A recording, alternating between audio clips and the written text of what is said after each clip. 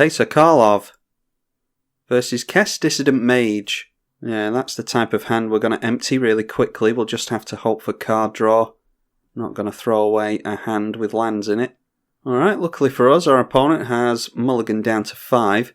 I wouldn't normally run out of Viscera Seer on turn 1 because most of the time there's really no reason to, but we have Bloodghast, so we can go for sacrificing Bloodghast and try to put good stuff on top of our library with that scry. Or I should say, put bad stuff on the bottom. Kess Dissident Mage is a 4-mana Grixis commander, a 3/4 with flying. During each of your turns you may cast an instant or sorcery from your graveyard, and if it's cast that way then it's exiled instead of going back into the graveyard. And it looks like we're up against a spiky player, but they're going to have to go down even more cards to get that going. See what they exile here. They get rid of Copy Artifact. Teysa Karlov is 4 mana in Orzhov for a 2/4. Creature tokens you control have Vigilance and Lifelink. If a creature dying causes the triggered ability of a permanent you control to trigger, then it triggers an additional time. And a Demonic Tutor on turn 1 as well, so yeah, our opponent's looking to get something going at least, but I'm not at all sure what it is yet. We'll go for Polluted Delta and get ourselves a scrub land, then we can go for the Bloodghast. And hopefully this Dictate of Erebos makes it into play, whilst Bloodghast and Viscera Seer are in play together, because then it will be really difficult for our opponent to stick creatures. Whenever we lose a creature, our opponent has to sack one. And we can kill off a creature every turn thanks to that Bloodghast, sometimes multiple times a turn if we use fetches like that. Well, there's a 3-mana spell, and looks like they're going for Lab Maniac combo. I can't imagine that one of the 2 cards in their hand allows them to get a Lab Maniac win off, but hey, maybe it will. We are going to... do we need to sack Bloodghast now? Yeah, we'll sack Bloodghast now. I don't think they're going to block with the Lab Maniac anyway. And Urborg gives them all the black mana they need, but are they desperate for black mana is the question. I'm going to put that on the bottom just in case. We'll try and draw into a non-land, and well, so much for that. We'll play the Tithe Taker, and then the Windswept Heath can bring the Bloodghast back. And we'll just leave it like that.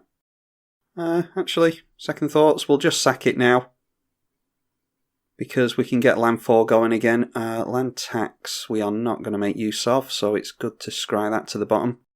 Oh, actually, it doesn't matter, does it, if we scry, because we're going to shuffle up anyway. So let's get down the Godless Shrine tapped. Bloodghast will come back out, and this time the scry will matter. So, yeah, my apologies for that. Okay, Demonic Consultation. There's obviously some kind of combo here that I don't know about. Choose a card name. Exile the top 6 cards of your library, and if you reveal a card with the chosen name, put it into your hand, and all the other cards are exiled. Oh, that's what they're going for. Well, that's a combo I've never seen before. Exile the top 6 cards of your library, then reveal cards from it. Right, I misread it. So they can just name a card that isn't in their deck and mill their entire library with Demonic Consultation.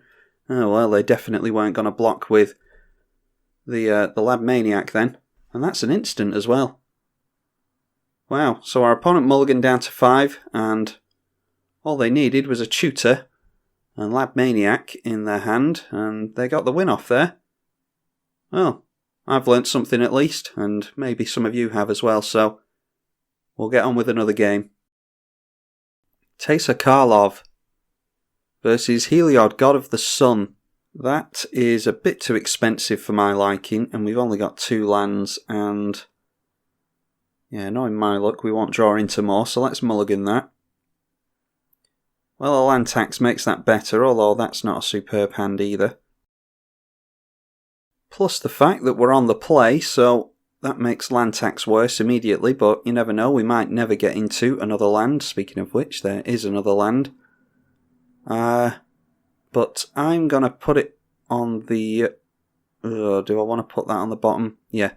I'll put that on the bottom because I think we might draw into another land, and if we don't, we have land tax anyway, so either our opponent doesn't get down any lands either, and we both just draw for the rest of the game, or we're lucky and we get into more lands, and that will take us into Teysa Karlov.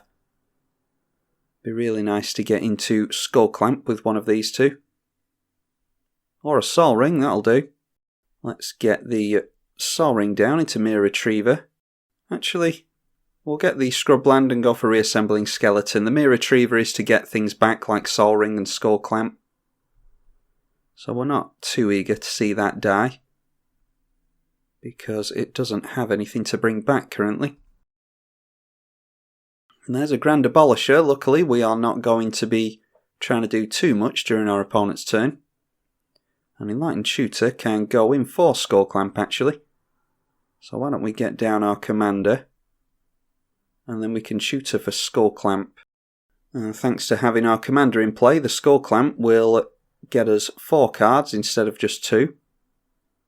Because 1 mana draw 2 cards is just terrible. Alright, we're up against an equipment deck apparently. Pure Steel Paladin with Metalcraft makes equipment spells. Equip for, or equipment permanents I should say. Equip for 0. It also draws them a card when an equipment enters. Oh, we can't Enlighten Shooter. Already the Grand Abolisher has punished us. Alright, we'll put a stop on the upkeep, and we'll just do it before we draw instead. As soon as I say that we don't want to do anything during our opponent's turn, we instantly actually want to do something like that. Grab the Skull Clamp, and then we'll just tap down those 2. We'll get Clamp, and we'll go after the Skeleton. And this will draw us 4 cards unless our opponent has removal. And there we go. Because Skull Clamp is a permanent and it's a death trigger, it triggers twice. That's exactly what Teysa Karlov does. She also gives our tokens Vigilance and Lifelink. Let's get down that land, and we can go for it again actually. So let's go for the Skeleton. Let's Clamp again.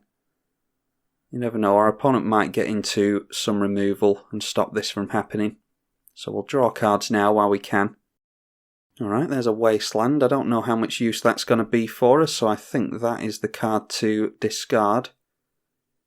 We won't swing in with Teysa Karlov. Alright, now we do have Anointed Procession. It might be worth going in for Hangerback Walker next turn. Oh, a Skull Clamp of their own, our opponent has. And a Sword of Feast and Famine. We really don't like that, so that has Vindicate written all over it. Luckily, our opponent was 1 mana off playing and equipping that. Always risky to run out your equipments without getting any kind of value out of them. Alright, Reliquary Tower is going to be really good. Yeah, so well, we don't need to go for it yet. Let's get down another black first. And then it's Vindicate onto the sword. Definitely want to make sure we get that done this turn. And then how about Anointed Procession as well? Just do a little bit of setting up this turn. And that'll take us nicely into Hangerback Walker. So however big the Hangerback Walker gets, when it dies, it will get twice as many Thopters into play as it would have done. Actually, if we have Teysa Karlov and Anointed Procession, it'll get us down 4 times as many. Definitely not going to block the Pure Steel Paladin here because we don't want our opponent to draw cards. Although, actually, I think I would have done because Pure Steel Paladin has the potential to draw our opponent a lot of cards over the course of the game. Noteworthy that the Heliod is animated thanks to the 2 white pips on each of these creatures. Alright, there's another white source. Let's just get down the Reliquary Tower. And then I think a Hangerback Walker for a couple of mana into Patron of the Vein, and we'll get rid of that Grand Abolisher. This is a 4/4 Flying Vampire, and when it enters we destroy a creature an opponent controls. And then whenever a creature an opponent controls dies, we exile it and put a plus counter on each vampire we control. That will occur twice, thanks to Teysa Karlov. We only have 1 vampire in play, but it jumps all the way up to a 6/6 flyer. So even if we're not swinging in with the creatures on the ground, we can start hitting our opponent for 6 in the air. And I think we're going to start saving a mana every turn to put a plus counter onto Hangerback Walker. That will give us a little bit of protection against board wipes. Heliod starting to make the 2/1 cleric creatures. It can do that for 4 mana. It gives other creatures vigilance.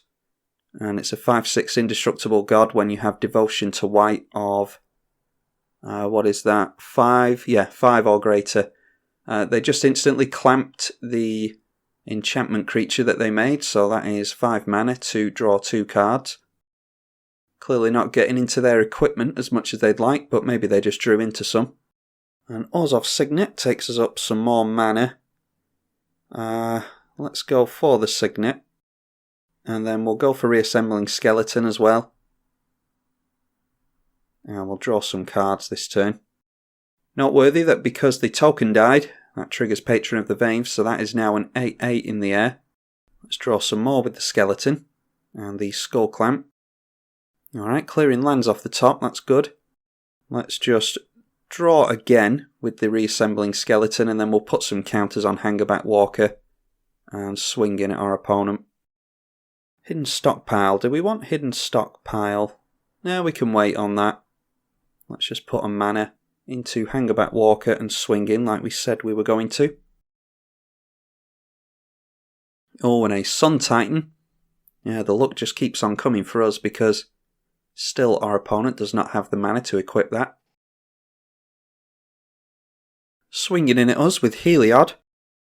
We are definitely not going to block that.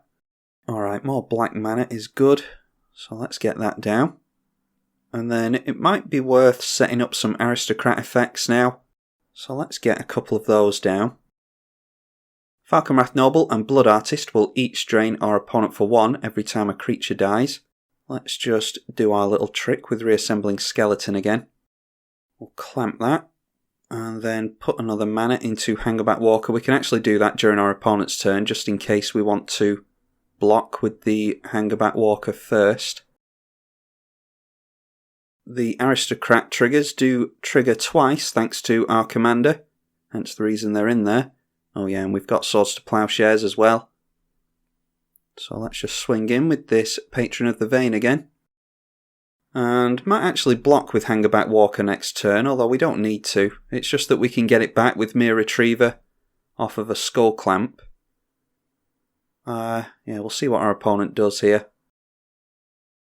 Alright, going for Sword of Feast and Famine onto the Heliod. We can still Swords that in response to attacks. The Sword Cycles trigger on combat damage, so we have plenty of time to remove that from the creature. See how our opponent would like to swing in here. Now, we don't have to use the swords here. We could just block with Hangerback Walker, and I'm actually tempted to do that because it keeps removal in our hand. So let's go in for blocking. Okay, just creating a cleric during combat. In response to the block, we will put a counter on the Hangerback Walker, so we should get a boatload of tokens here.